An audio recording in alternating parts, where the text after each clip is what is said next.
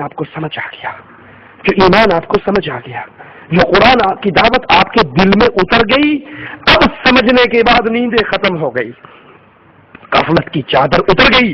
اب اس پیغام کو لے کے عام کیجیے، لوگوں تک پہنچائیے، لا الہ الا اللہ کی دعوت، محمد کریم کی رسالت کی دعوت کو عام کیجیے، اس پیغام کو گھر گھر پہنچائیے، جس کو جانتے ہو اس کو بھی بتاؤ، جس کو نہیں جانتے اس کو بھی بتاؤ، یہ آپ کی ذمہ داری ہے، آپ امت محمد کریم ہیں صلی اللہ علیہ وسلم۔ وتواصوا بالحق، اس حق کو، اس توحید کو، اس لا الہ الا اللہ کے حوالے کو، اس اطیع الرسول کے حوالے کو عام کرو، ہر کسی کو، اپنے اور غیر کو یہ پیغام دو۔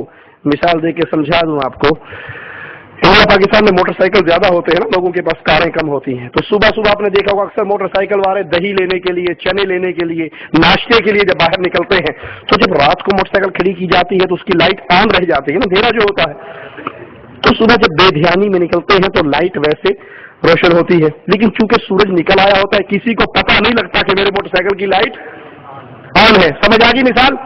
اب یہ روڈ پہ آ رہا ہے، آپ کی خالہ، پھوپھی، ماموں کا بیٹا نہیں ہے، آپ کے محلے کا بھی نہیں ہے، پڑوسی بھی نہیں ہے، جان پہچان بھی نہیں ہے، لیکن جو ہی آپ کو پتہ لگتا ہے، آپ پیدل جا رہے ہو کہ اس کی موٹر سائیکل کی لائٹ جل رہی، اس کو یہ اشارہ کرتے ہو یا نہیں کرتے؟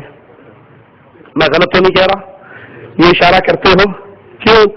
بھائی تیری انرجی ضائع ہو رہی ہے، بیٹری ضائع ہو رہی ہے، اب وقت نہیں ہے یہ جلانے کا، ختم ہو گیا کام۔ آپ کا کیا لگتا ہے؟ اس نے اپنے مذہب پہ، آپ نے کسی کو کچھ نہ کہیے جی، اپنے مذہب کو نہ چھوڑو، غیر کے مذہب کو نہ چھیڑو، جو جتنے لگا ٹھیک لگا ہے، 2 × 2 4 ٹھیک ہے، 2 × 2 6 ٹھیک ہے، 2 × 2 8 بالکل ٹھیک ہے، ایسے استاد کی چھٹی ہو جائے گی، ہر چیز ٹھیک ہے۔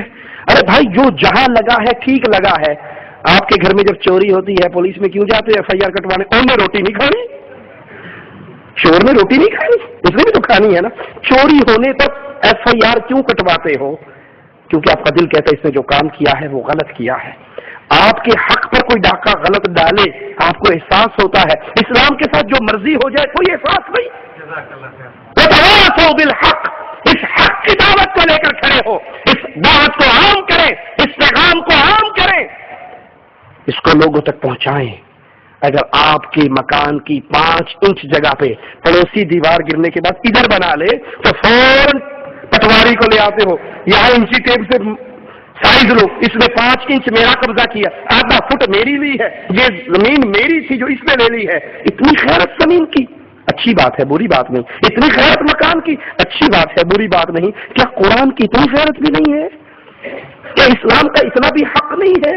جو چاہے اسلام کی صورت کو مسخ کر دے، جو چاہے توحید کے اوپر شرک کے بادل چڑھا دے، سنت کے اوپر بدعات کے لیبل کو لگا دے، مجھے کچھ بھی نہ ہو، اس نے اپنے قبر میں جانا، میں نے اپنی قبر میں جانا۔ جب آپ کی گاڑی میں کوئی گاڑی مارتا ہے، ایکسیڈنٹ ہوتا ہے، تو اس کو بلاتے ہو یا نہیں بلاتے؟